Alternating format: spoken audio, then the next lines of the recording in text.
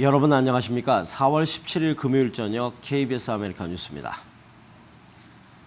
LA 일원에서 대형 의류 봉제업체를 운영하며 수천만 달러의 종업원 상해보험료를 허위 보고한 한인업주들이 무더기로 체포됐습니다.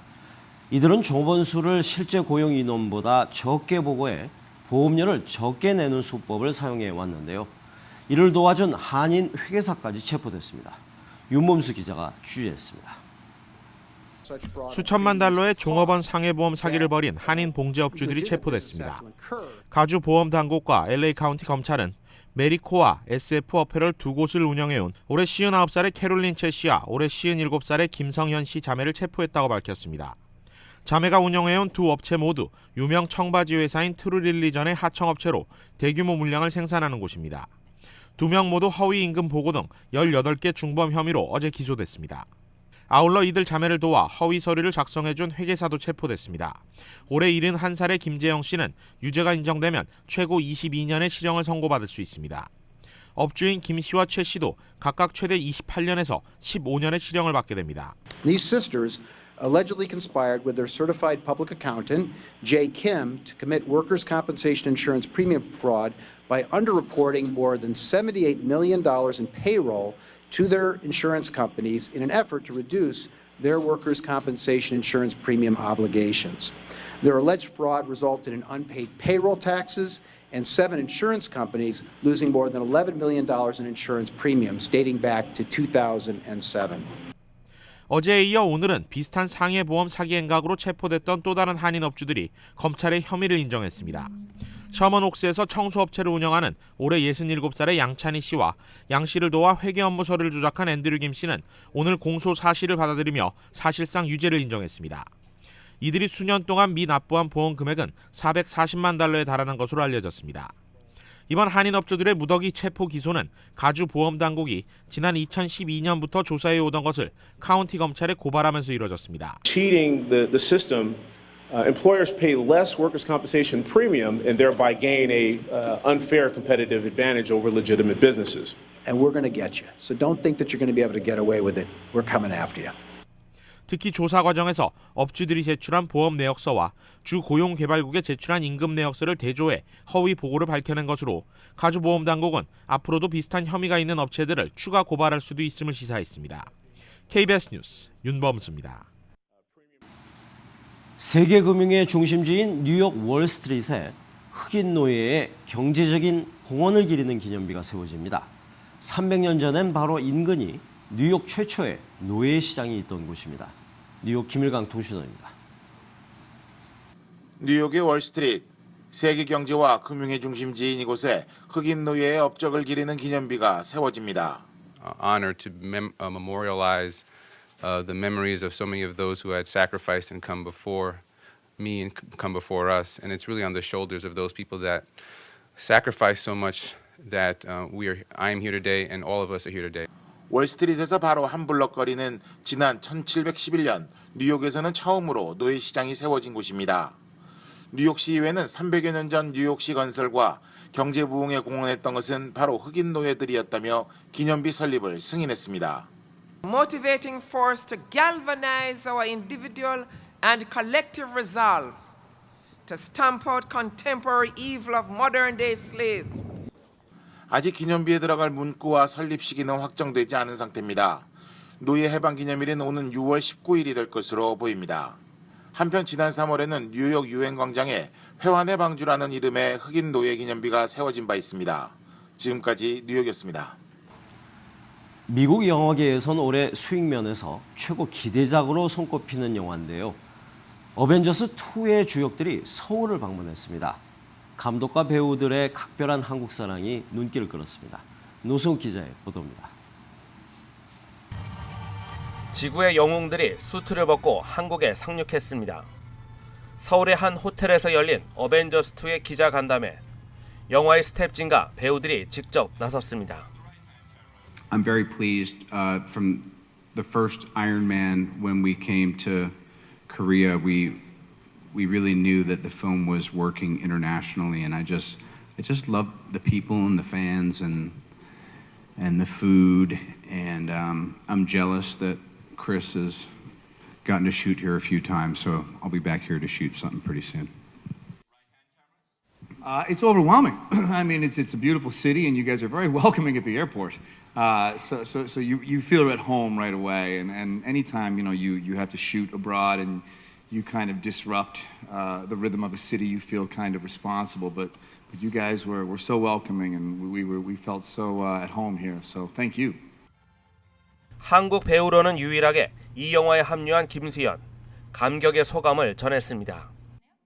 황홀했고 제가 너무나 존경하고 또 좋아하는 감독님과 배우들과 같이 가까이서 이렇게 호흡을 할 수 있다는 게 정말 제 평생에 잊지 못할 기회였던 것 같습니다. 조스 웨던 감독은 기록적 수익을 올린 1편에 이어 2편에서도 메가폰을 잡았습니다. 하지만 이번 영화가 자신의 마지막 마블 작품이 될 것이란 설명입니다. I don't know whether I'll be continuing to work for Marvel in some other capacity or to make another Marvel film. I will obviously still be a part of the family. I love these guys and I love working there and I love these stories and I've been reading them since I was a kid. 미국에서 5월 초 개봉 예정인 어벤져스 2는 인류가 사라져야 한다고 믿는 적 울트론과 영웅들의 전쟁을 담았습니다. 또 상암, 마포대교 등 서울의 도심을 배경으로 하면서 한국 영화 팬들에게 더 큰 관심을 끌고 있습니다. KBS 뉴스 노수욱입니다. 스포츠 전문 채널 ESPN의 유명 리포터가 자동차 견인 업체 직원에게 막말을 퍼붓는 동영상이 공개돼서 비난이 쇄도하고 있습니다. 회사 측이 정직 처분을 내렸지만 솜방망이 징계라는 비난까지 더해지고 있습니다. 보도에 김한주 특파원입니다. 미국 스포츠 전문 채널 ESPN의 유명 리포터인 브리트 맥켄리입니다. 화려해 보이지만 TV 바깥 세상에서 그녀의 모습은 사뭇 달랐습니다. 견인당한 자동차를 찾으러 간 맥켄리와 업체 직원의 대화입니다.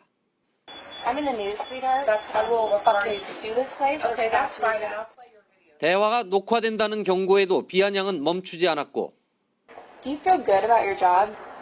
So I could be a college dropout and do the same thing? I have to drive a brain and you don't? 업체 직원의 용모에까지 막말이 이어졌습니다.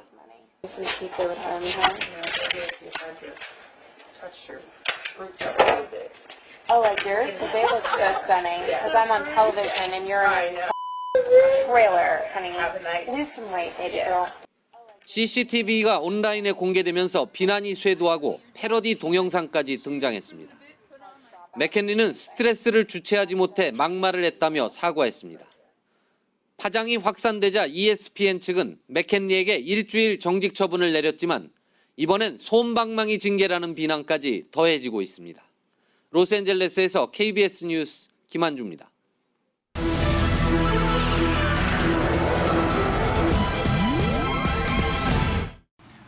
콜롬비아를 방문 중인 박근혜 대통령이 산토스 대통령과 정상회담을 가졌습니다. 박 대통령은 양국 간의 FTA의 조속한 발효를 요청하고 전자상거래 시장 진출 등 경제협력 강화 방안을 논의했습니다. 보고타에서 곽희섭 기자입니다. 박근혜 대통령이 중남미 순방 첫 방문국인 콜롬비아의 후안 마누엘 산토스 대통령과 정상회담을 했습니다. 양국 정상은 경제는 물론 국방과 국제무대에서의 협력 등 전략적 협력 동반자 관계의 발전 방안을 논의했습니다. 박 대통령은 특히 지난 2013년 체결된 양국 간 FTA가 조기에 발효되도록 협조를 요청했습니다. 양국은 정상회담에 이어 전자상거래와 치안 등의 분야에서 모두 18건의 양해각서를 체결했습니다. 박 대통령은 정상회담에 앞서 산토스 대통령과 한 콜롬비아 경제인 500여 명이 참석한 비즈니스 포럼에 참석했습니다. 박 대통령은 콜롬비아의 한국전 참전이 경제 발전의 밑거름이 됐다며 경제 협력을 확대하자고 제안했습니다. 이제는 기존의 협력을 넘어서 ICT, 인프라, 보건의료, 에너지 신산업 등 다양한 분야로 협력을 확대해 나가야 할 시점입니다. 박 대통령은 또 콜롬비아의 독립영웅 볼리바르 기념관에 헌화하고 공식 환영식에 참석했습니다. 박 대통령 방문으로 우리 기업들이 콜롬비아 국가개발계획에 참여하는 등 다양한 분야에서 진출 기회가 확대될 것이라고 청와대는 밝혔습니다. 보고타에서 KBS 뉴스 곽희섭입니다. 워싱턴에서 열린 주요 20개국 재무장관 회의에선 현재 지지부진한 국제통화기금 IMF 지배구조 개혁을 촉구하는 목소리가 이어졌습니다. 중국이 주도하는 아시아인프라투자은행, 즉 AIIB 참여를 놓고 한미 또 한중 간의 긴밀한 협조 방안도 논의됐습니다. 워싱턴 이주환 특파원입니다. 주요 20개국 재무장관 회의에 참석한 최경환 경제부총리는 세계 경제 회복을 위한 3단계 불씨론을 강조했습니다. 정부의 재정 투자와 4대 부문 구조개혁 병행과 함께 금리와 환율 정책이 국제금융에 부정적인 영향을 미치지 않도록 G20 국가 간의 정책 공조를 주문했습니다. IMF의 신속한 쿼터 개혁도 강조했습니다. 향후 갑작스런 세계 경제 위기에 대처하기 위해서라도 현재 미 의회에 계류 중인 쿼터 개혁안이 하루빨리 처리돼야 한다는 겁니다. 의회하고 대화에 있어서 상당히 진전을 보이고 있는 듯한 그런 뉘앙스의 답변이 있었습니다. 그래서 미국의 노력을 촉구하면서 한미 한중 간 양자회담에선 중국 주도의 아시아인프라투자은행 AIIB 논의도 이어졌습니다. 미국과는 지배구조 개선을 위해 긴밀히 협조하는 한편 중국과는 지분 구조에 대한 협의를 펼쳤습니다.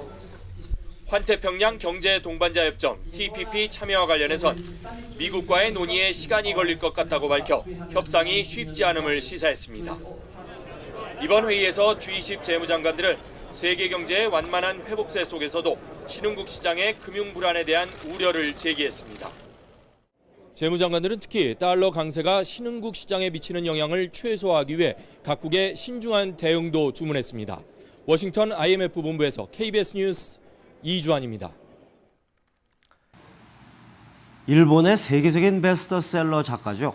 무라카미 하루키가 일본 과거사를 둘러싼 갈등과 관련해서 상대국이 이제 됐다라고 말할 때까지 사죄해야 한다고 강조해 아베 정권에 일침을 가했습니다.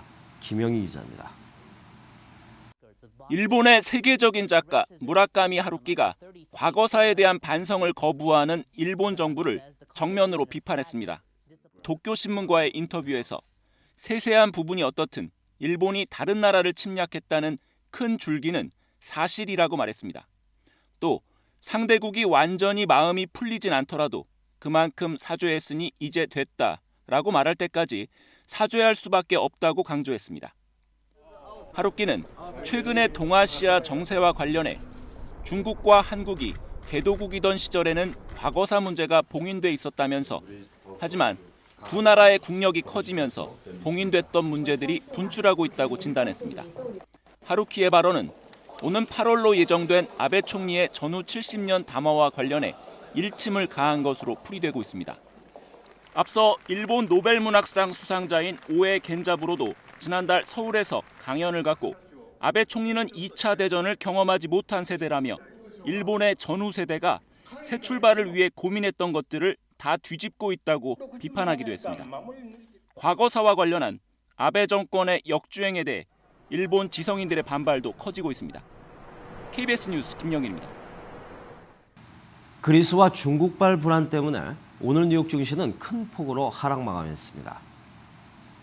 원달러 환율은 1,080원 90전입니다.